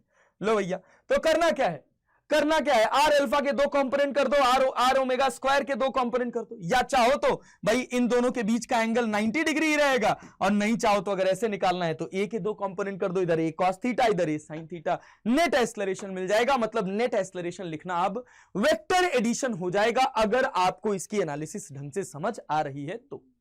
कुछ कठिन नहीं है, कुछ खास नहीं है, बस थोड़ा समझदारी से अप्रोच करने वाली बात है। अब हम किसी भी इंस्टेंट पर इसका एक्सेलरेशन लिख सकते हैं, हमको कोई कष्ट नहीं होगा। इन सब का ज्ञान जब तक नहीं होगा तब तक आपको कभी भी रोलिंग मोशन या रोटेशनल प्लस ट्रांसलेशन मोशन का कॉम्बिनेशन समझ आने वाला नहीं है। यह थी अपने पास पूरी की पूरी कहानी। किसकी किसकी हो गई, काइनेमेटिक्स लगभग मोटा मोटा खत्म हो रहा है, जहां पर हम मास वास की बात करना बंद कर देंगे। हमने क्या पढ़ लिया, हमने डिस्प्लेसमेंट कैसे कैलकुलेट करते हैं वो देख लिया, वेलोसिटी और स्पीड की बात कर ली, और फिर कैसे स्पीड इंटू dt को इंटीग्रेट कर देते हैं तो हमको डिस्टेंस मिल जाता है, उसकी बात करी, और फिर कैसे एक्सेलरेशन की ऑब्जर्वेशन करते हैं वो आपकी आंखों के सामने जस्ट पड़ा हुआ है। और इसके बाद जो हमारा अगला हिस्सा आता है वो आता है लीनियर मोमेंटम। क्या आता है भैया, इसके बाद अपना अगला हिस्सा आ जाता है लीनियर मोमेंटम। अगर लीनियर मोमेंटम की बात करें तो मान लीजिए मैं आपसे कह दूं, ये आपके पास एक कोई ये बॉडी है मान लिया जाए, और ये आपका पॉइंट ए है, और इस बॉडी का ये सेंटर ऑफ मास है, ठीक है। और इस बॉडी पर अगर मैं कहूं कि n नंबर ऑफ पार्टिकल हैं, जैसे इसको मैं कह दिया पार्टिकल 1, इसको कह दिया पार्टिकल 2, इसको कह दिया पार्टिकल 3, इसको कह दिया पार्टिकल n, ठीक है। तो भैया ए पॉइंट के अबाउट अगर ये बॉडी का जो सेंटर ऑफ मास है ये आगे की तरफ जा रहा है vc रफ्तार से या v रफ्तार से, और ये जो है ना ये गोल घूम रहा है कितना, ओमेगा से, मान लीजिए अब इसकी रफ्तार कर देते हैं vc, ठीक है। पार्टिकल 1 का सेंटर ऑफ मास के रिस्पेक्ट में, पार्टिकल 1 का सेंटर ऑफ मास के रिस्पेक्ट में जो रफ्तार है वो है v1c, ठीक है। पार्टिकल 2 का ऐसे है v2c, पार्टिकल 3 का है v3c। अब ए की अगर हम बात करें तो ए के सेंटर ऑफ मास को हम प्रेजेंट कर रहे हैं कौन से वेक्टर से, ए से हम सेंटर ऑफ मास की पोजीशन को प्रेजेंट कर रहे हैं आरसी वेक्टर से, ठीक है। और ये जो पोजीशन 1 है पॉइंट ए से, इसको हमने प्रेजेंट कर दिया किससे, r1 वेक्टर से भाई साहब। तो सेंटर ऑफ मास और इसके बीच का ये जो 1 वाले पार्टिकल के बीच का जो पोजीशन वेक्टर होगा that is written as r1c vector, ठीक है। अब ये जो आपका पार्टिकल 1 है, इस पार्टिकल 1 का ए के रिस्पेक्ट में मान लीजिए कुछ रफ्तार है कितना v1 है, और अगर आपको एंगुलर मोमेंटम लिखना होगा पार्टिकल 1 का तो आप क्या लिखोगे, आप लिखोगे m1 into r1 vector cross v1 vector, m1 into r1 vector cross v1 vector. बहुत ध्यान से सुनना, बहुत ध्यान से समझना, बहुत पेशेंटली अगर देखोगे तभी जाकर ये समझ आएगा। सेम एज अगर आपको m2 पार्टिकल का लिखना होगा तो वो हो जाएगा m2 into r vector into v2 vector and so on, ऐसे चलता रहेगा, ठीक है। नेट एंगुलर मोमेंटम अगर लिखा जाएगा तो सबका वेक्टर सम हो जाएगा। तो अगर मैं अभी केवल पार्टिकल 1 की बात कर रहा हूं, उसके बाद हम सिग्मा लगा के इसको आगे बढ़ाएंगे। तो पार्टिकल 1 की बात करी जाए तो देखो भाई इसकी एनालिसिस दो पार्ट में होनी चाहिए, एक सेंटर ऑफ मास के रिस्पेक्ट में होनी चाहिए और फिर सेंटर ऑफ मास की ग्राउंड फ्रेम के रिस्पेक्ट में होनी चाहिए। तो ये जो r1 वेक्टर है अगर मैं इसको लिखना चाहूं तो मैं लिख सकता हूं rc vector plus r1c vector. क्या लिख सकता हूं भाई, rc vector plus r1c vector that will be equivalent to r1 vector. Same as v1, ये आपका जो v1 वेक्टर है इसको क्या लिखा जा सकता है, इसको लिखा जा सकता है v1c vector plus vc vector. क्या ये बात क्लियर, क्या ये बात क्लियर है? v1c vector plus vc vector ये आपके पास हो जाएगा क्या, ये आपके पास हो जाएगा v1 vector, velocity of 1 with respect to centre of mass is velocity of 1 vector minus velocity of centre of mass. तो वेलोसिटी ऑफ 1 को हम क्या लिख सकते हैं, वेलोसिटी ऑफ 1 को लिख सकते हैं velocity of 1 with respect to centre of mass plus velocity of centre of mass. कुछ खास नहीं किया। सेम एज यही प्रोसेस चलेगा आपका m2 के लिए, यही प्रोसेस चलेगा आपका m3 के लिए और यही प्रोसेस चलेगा आपका mn के लिए। तो अगर L वेक्टर लिखा जाएगा बच्चा, L वेक्टर लिखा जाएगा तो ये आपके पास कितना हो जाएगा, m1 into rc vector plus r1c vector cross v1c vector plus vc vector. अब क्रॉस प्रोडक्ट करिए तो देखो भाई m1 इंटू rc वेक्टर को अगर इधर मल्टीप्लाई कराओगे तो ये क्या लिखा जाएगा, ये लिखा जाएगा rc vector cross v1c vector.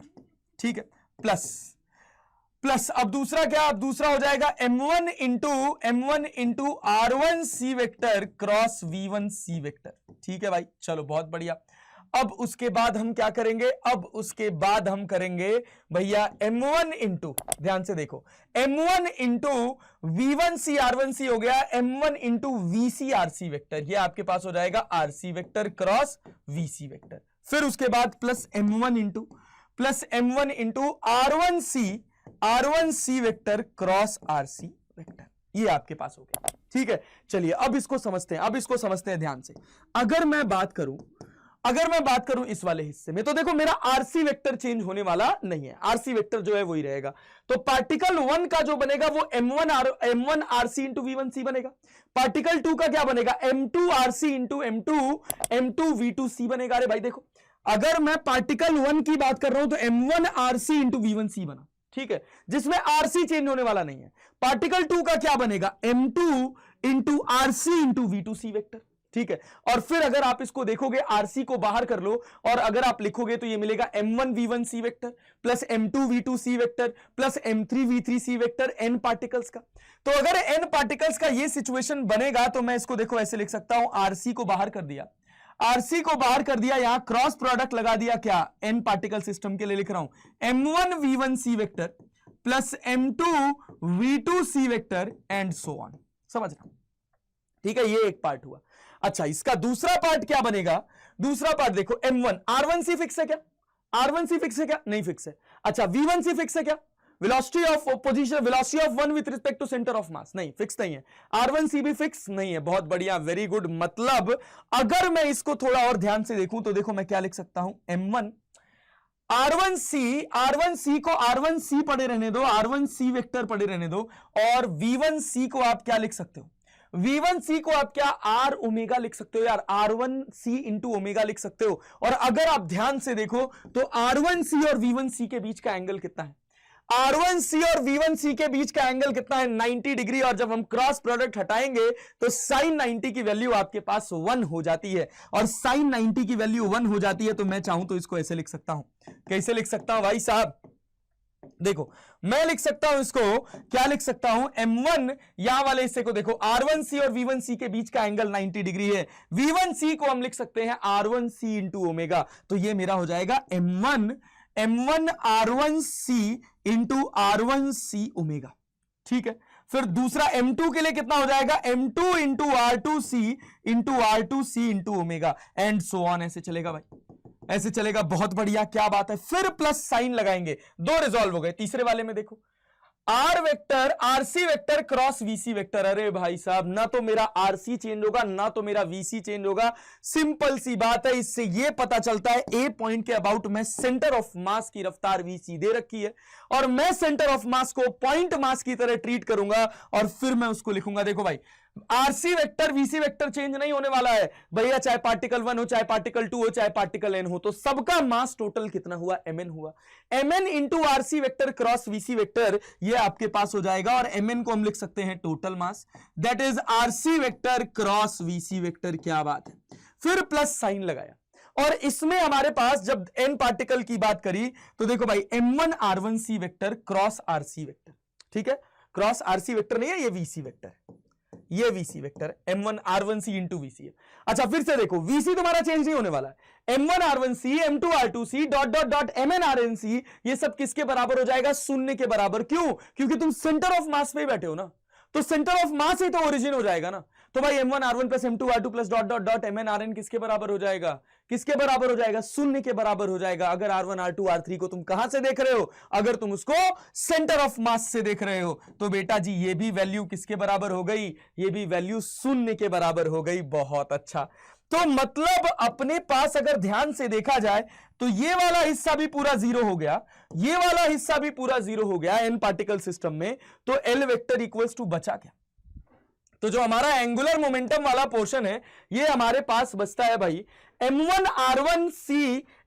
r1c का स्क्वायर प्लस m2 r2c का square plus dot dot dot mn rnc का m1 r1c का स्क्वायर प्लस m2 r2c का square plus dot dot dot, और यहां पे हम क्या ओमेगा को बाहर कर लेंगे, plus total mass into R vector cross V vector हो गया। और भाई ये आपका मोमेंट ऑफ इनर्शिया हो गया किसके अबाउट, सेंटर ऑफ मास के अबाउट। तो ये हो गया IC into omega plus M R vector into V vector. क्या बात, ये है आपके पास पूरी की पूरी कहानी किसकी, एंगुलर मोमेंटम की। समझ रहे हैं, एंगुलर मोमेंटम अगर कोई बॉडी रोटेशनल प्लस ट्रांसलेशनल कर रही है तो इसको जब हम डायरेक्टली समझते हैं ना, ये आपको कहीं जरूरत नहीं पड़ने वाला है, कहीं पूरे पोर्शन में कहीं इसकी नीड नहीं पड़ेगी, लेकिन ये आपको फील देगा कॉन्सेप्ट का कि कैसे कोई चीज लिखी जा रही है। ऐसे हवाई सब कुछ नहीं चल रहा है, सबका एक अपना वैल्यू है, अपना एक एग्जिस्टेंस है। जब फिजिक्स में उन सारी चीजों का फील आने लग जाता है ना, तो फिजिक्स हमको अच्छी लगने लग जाती है। और फिजिक्स ना अच्छा लगने के पीछे सबसे बड़ा कारण यही है कि हम सोचते हैं हम फॉर्मूला याद कर लेंगे, हमारा सवाल लग जाएगा। नहीं, आपको फोकस करना है प्रोसेस पर कि वो फॉर्मूला बन कैसे रहा है, उसका बेसिक रूट तक जाओ ना, जड़ तक जाओ, उसको फील करो, तब जाकर कहानी समझ आएगी। अब जैसे ये आप किताबों में देखोगे एंगुलर मोमेंटम का रोटेशनल प्लस ट्रांसलेशनल मोशन में लिखा होता है कि एंगुलर मोमेंटम जो होता है ये होता है भाई साहब angular momentum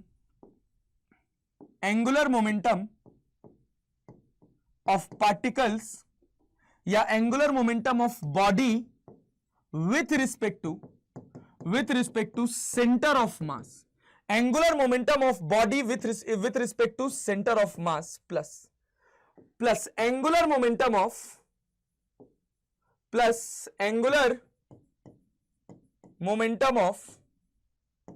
center of mass with respect to A। ये जो हमारा A पॉइंट था with respect to point A। Clear, अरे समझ आया, ऐसे ही लिखा जाता है। जिस पर्टिकुलर पॉइंट के अबाउट या जिस पर्टिकुलर एक्सिस के अबाउट आपको एंगुलर मोमेंटम निकालना है, अगर बॉडी रोटेशनल प्लस ट्रांसलेशनल है तो पहले आप उसका एंगुलर मोमेंटम लिखिए सेंटर ऑफ मास के अबाउट, और फिर सेंटर ऑफ मास का एंगुलर मोमेंटम लिखिए उस पॉइंट के अबाउट। तो आपको क्या होगा, बॉडी का टोटल एंगुलर मोमेंटम पता चल जाएगा। ठीक है, जैसे एक क्वेश्चन निकल के आता है, इससे एक क्वेश्चन बन के आता है, आपको एंगुलर मोमेंटम लिखने के लिए कह दिया जाए, कहा जाए कि आपके पास ये एक ट्रैक है, देखो भाई ये आपके पास एक ट्रैक है और इस ट्रैक के ऊपर आपके पास एक गोला रखा हुआ है, ये आपका एक गोला रखा हुआ है।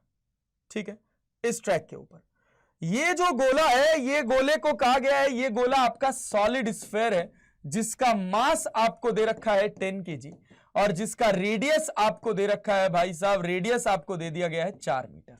ठीक है, ये आपका omega that is given as 2 radian per second, ये 2 रेडियन पर सेकेंड से घूम भी रहा है और आगे भी जा रहा है 10 मीटर पर सेकेंड से। आपसे कहा गया यहां से रेडियस 4 मीटर दे रखा है, यहां से 3 मीटर नीचे और इधर कहीं एक पॉइंट दे रखा है आपको, इधर कहीं आपको एक पॉइंट दे रखा है ए, कहा गया इस ए पॉइंट के अबाउट इस बॉडी का एंगुलर मोमेंटम लिखकर बताइए। तो हम क्या करेंगे, जब हमको एंगुलर मोमेंटम अबाउट ए लिखना होगा तो हम लिखेंगे एंगुलर मोमेंटम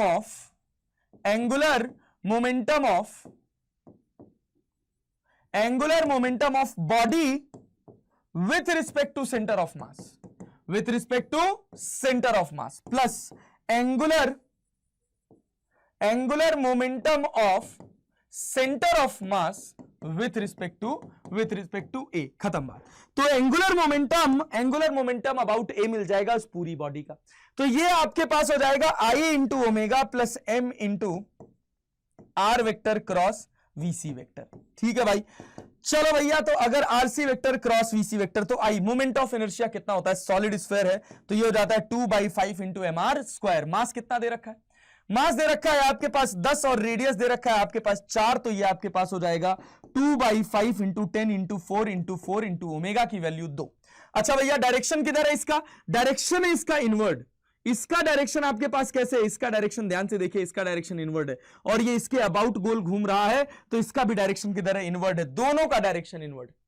अरे भाई, इस पर्टिकुलर बॉडी का सेंटर ऑफ मास के रिस्पेक्ट में इनवर्ड और इस पर्टिकुलर सेंटर ऑफ मास का ए पॉइंट के अबाउट भी इनवर्ट है, दोनों सिंपली ऐड हो जाएंगे।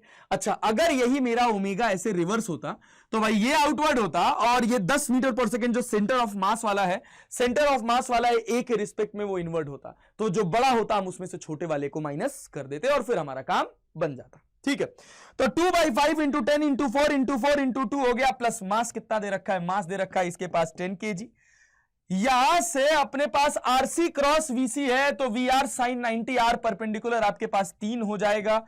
और भैया velocity of centre of mass कितना दे रखा है, 10 दे रखा है, हो गया काम। लो भाई, तो ये अपने पास हो गया 5 दूना 10, 2 दूना 4, 4 और 4 दूना 8।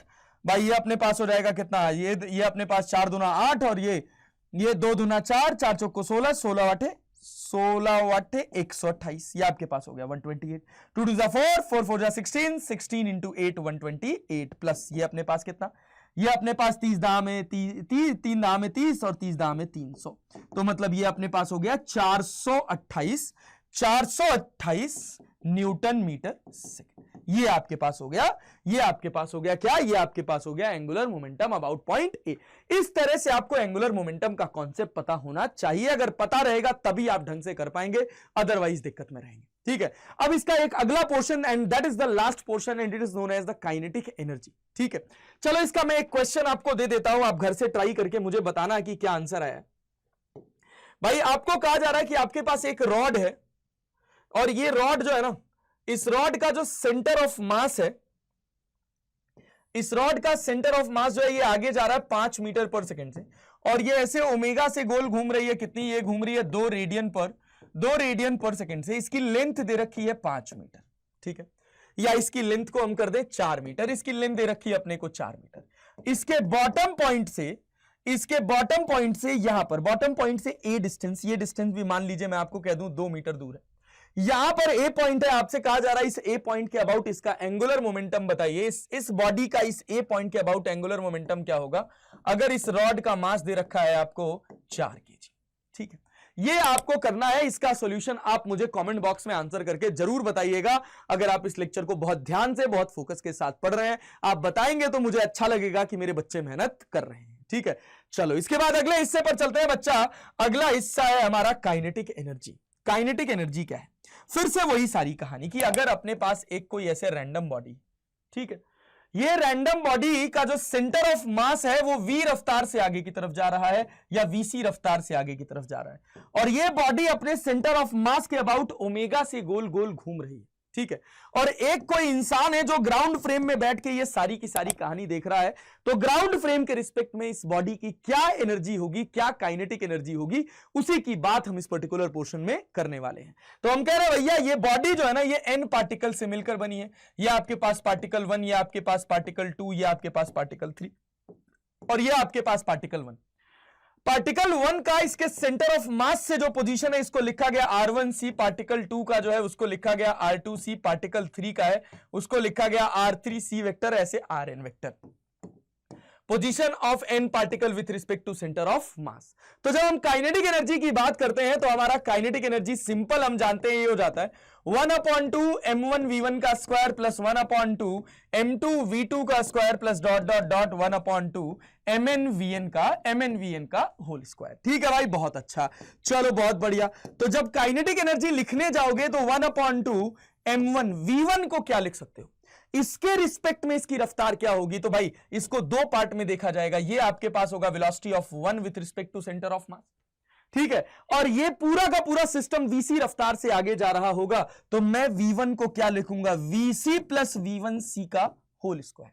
ठीक है, प्लस 1/2 m2 इंटू यहां क्या हो जाएगा vc प्लस v2c का होल स्क्वायर। ये आपके पास कहानी होगी और ऐसे n पार्टिकल का चलेगा। कुछ नहीं कर रहे हैं हम, बस यही v1 लिख दे रहे हैं कि ग्राउंड फ्रेम में जो इसको रफ्तार दिखेगी वो टोटल रफ्तार से जो काइनेटिक एनर्जी एसोसिएट होगी वो क्या होगी। तो काइनेटिक एनर्जी सिंपल, जो भी रफ्तार है उन सबको ऐड कर दो, वो आपको वेलोसिटी मिल जाती है, वो आपको स्पीड दे देता है और उस स्पीड का स्क्वायर कर दो, आपका काम बन जाएगा। तो जब हम इसको सॉल्व करेंगे तो काइनेटिक एनर्जी कितना मिलेगा बताओ। तो काइनेटिक एनर्जी 1/2 m1, ये अपने पास कितना हो जाएगा, ये अपने पास हो जाएगा vc स्क्वायर प्लस और कितना, प्लस भाई साहब v1c का square plus 2 into vc into v1c।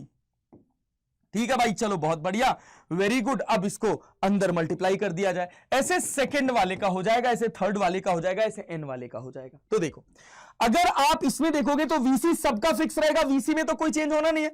Velocity of centre of mass that is VC, तो ये इसको हम लिख सकते हैं 1/2 m1 plus m2, N particle का लिख रहा हूं भाई, m1 plus m2 into VC का स्क्वायर, प्लस यहां देखो, यहां m1 v1 c का स्क्वायर, m2 v2 c का square, plus dot dot dot m1 v1 c का स्क्वायर। बहुत बढ़िया, चलो, और v1 c किसके बराबर हो जाएगा? v1 c आपके पास हो जाएगा r1 c into omega, r2 c into omega. अरे बहुत बढ़िया, तो यहां क्या हो जाएगा? 1/2 m1 v1 c का square plus 1/2 m2 v2 c का स्क्वायर एंड सो ऑन। ठीक है, चलो भाई बहुत बढ़िया, ये अपने पास एक और हिस्सा हो गया। अब उसके बाद दूसरे पार्ट की बात करें, थर्ड वन, 1/2 2 हो जाएगा, कट जाएगा भाई, और ये अपने पास क्या हो जाएगा? वीसी तो फिक्स है, वीसी को बाहर कर लिया, और अपने पास कितना हो जाएगा? ये अपने पास हो जाएगा m1 v1 c plus m2 v2 c plus dot dot dot mn vn c। ठीक है, जब हम m1 v1 c plus m2 v2 c plus dot dot dot mn vn c की बात कर रहे हैं, तो हम कहां से देख रहे हैं इसको? सेंटर ऑफ मास से देख रहे हैं, और सेंटर ऑफ मास पर ही बैठ जाएंगे तो भैया VCOM तो 0 हो जाएगा, मतलब ये पूरा का पूरा हिस्सा हमारा, ये पूरा का पूरा हिस्सा हमारा शून्य हो जाएगा। मतलब अपने पास दो चीजें बची, क्या बची? एक बचा 1/2 into total mass into VC का square, that is known as kinetic energy of centre of mass, plus 1/2, यहां V1c को क्या लिख सकते हैं? V1c को लिख सकते हैं R1c इंटू ओमेगा, V2c को क्या लिख सकते हैं? R2c इंटू ओमेगा, और M1 R1 का स्क्वायर प्लस M2 R2c का square plus dot dot dot MN RNc के स्क्वायर को हम लिख सकते हैं I इंटू, और फिर ओमेगा स्क्वायर बाहर चला जाएगा, तो ये हो जाएगा 1/2 इंटू IC इंटू ओमेगा का स्क्वायर। सिंपल, जैसे आपका एंगुलर मोमेंटम निकल कर आया वैसे ही काइनेटिक एनर्जी निकल कर आया, तो काइनेटिक एनर्जी का जनरल एक्सप्रेशन क्या हो जाएगा? तो काइनेटिक एनर्जी का बच्चा जनरल एक्सप्रेशन हो जाएगा kinetic energy of centre of mass. ठीक है, kinetic energy of centre of mass plus kinetic energy of particles with respect to centre of mass. खत्म, बात हो गया। ठीक है, तो इसका क्या मतलब है? इसका सिंपल सा मतलब है, एक ट्रांसलेशनल वाली एनर्जी है that is 1/2 into m that is total mass into VC का स्क्वायर, और एक रोटेशनल एनर्जी है that is 1/2 into I into omega का स्क्वायर। ध्यान दीजिए, इसी वजह से ये चैप्टर थोड़ा सा कठिन हो जाता है, क्योंकि इसमें कहानी थोड़ी बड़ी हो जाती है। जो लोग इसको लॉजिकली समझ जाएंगे उनके लिए ये बिल्कुल भी कठिन नहीं है, लेकिन जो जबरदस्ती इसको रट्टा मारने की कोशिश करेंगे उनके लिए ये चैप्टर कठिन हो जाएगा। अदरवाइज सब कुछ क्रिस्टल क्लियर कॉन्सेप्ट्स के साथ है। अगर आप मन लगा के पढ़ेंगे, समझेंगे, देखेंगे, तो कोई बहुत ऐसे हाई फाई चीज नहीं है जिसको आप समझ ना पाए, जिसको आप कर ना पाए। ठीक है, हमें पता है कि आपका IQ लेवल बहुत बढ़िया है, आप समझदार है, आप जेईई की प्रिपरेशन कर रहे हैं।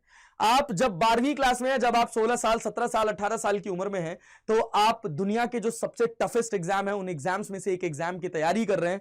अगर आप ये सोचे ही हैं तो आप एक वॉरियर हैं।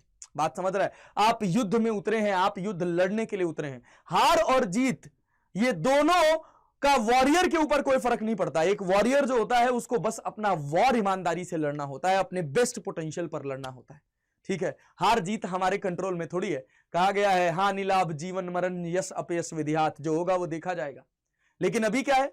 अभी जो हमारे कंट्रोल में है वो हमारा बेस्ट एफर्ट, उसको हमको बहुत अच्छे से अपना पुट ऑन करना है, अपना कंटेंट बहुत अच्छे से प्रिपेयर करना है। और अगर आप चाहते हैं कि आप कम से कम समय में अपनी कंटेंट को अच्छे से अच्छे लेवल पर ग्रैब कर पाए, तो उसके लिए कुछ बेसिक बातें, कुछ मेरी बेसिक टिप्स हैं जिनको आप याद रख लीजिए तो आपका काम बनेगा। और कुछ में बेसिक 5 बातें।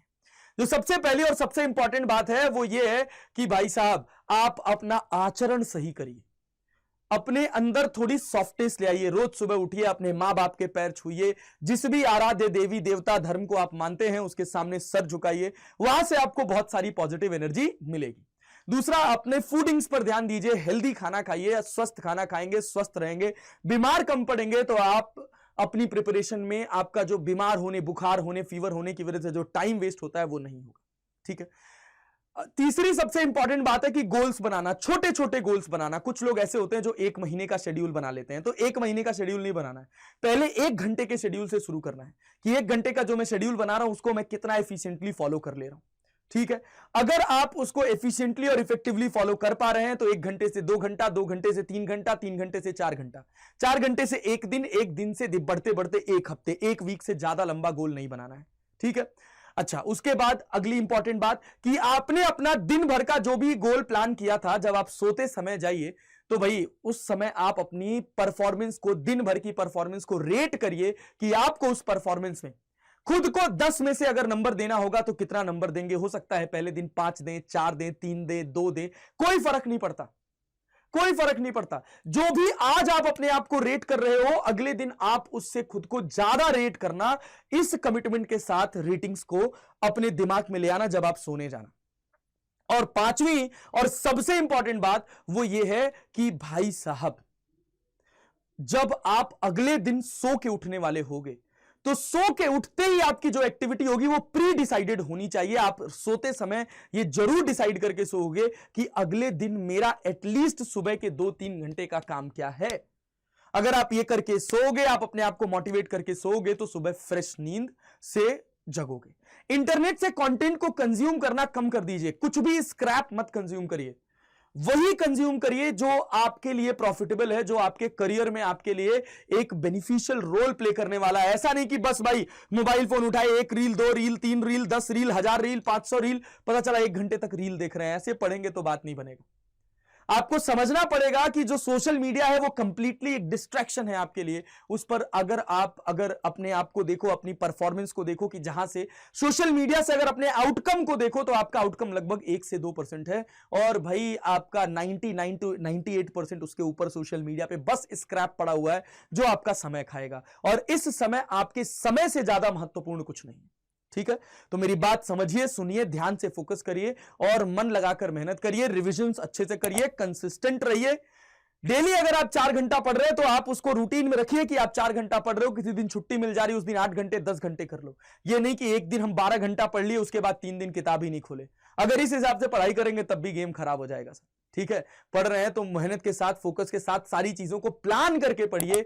प्लानिंग और प्लानिंग के साथ उस प्लान का एग्जीक्यूशन, ये 2 चीजें आपके एफर्ट्स को बहुत कम कर देता है, आपको बहुत रिलायबल बना देता है और आपको एक अच्छा परफॉर्मर बना देता है। ठीक है, तो अब मिलते हैं आपसे अगली वीडियो में रोटेशनल मोशन के नेक्स्ट लेक्चर के साथ, जिसमें हम बात करेंगे रोटेशनल प्लस ट्रांसलेशन मोशन या रोलिंग मोशन में conservation of energy, conservation of angular momentum और कुछ और बेहतर सवालों के साथ। ठीक है, तो धन्यवाद, मिलते हैं आपसे नेक्स्ट वीडियो में। मन लगाकर बने रहिए, मन लगाकर पढ़ते रहिए।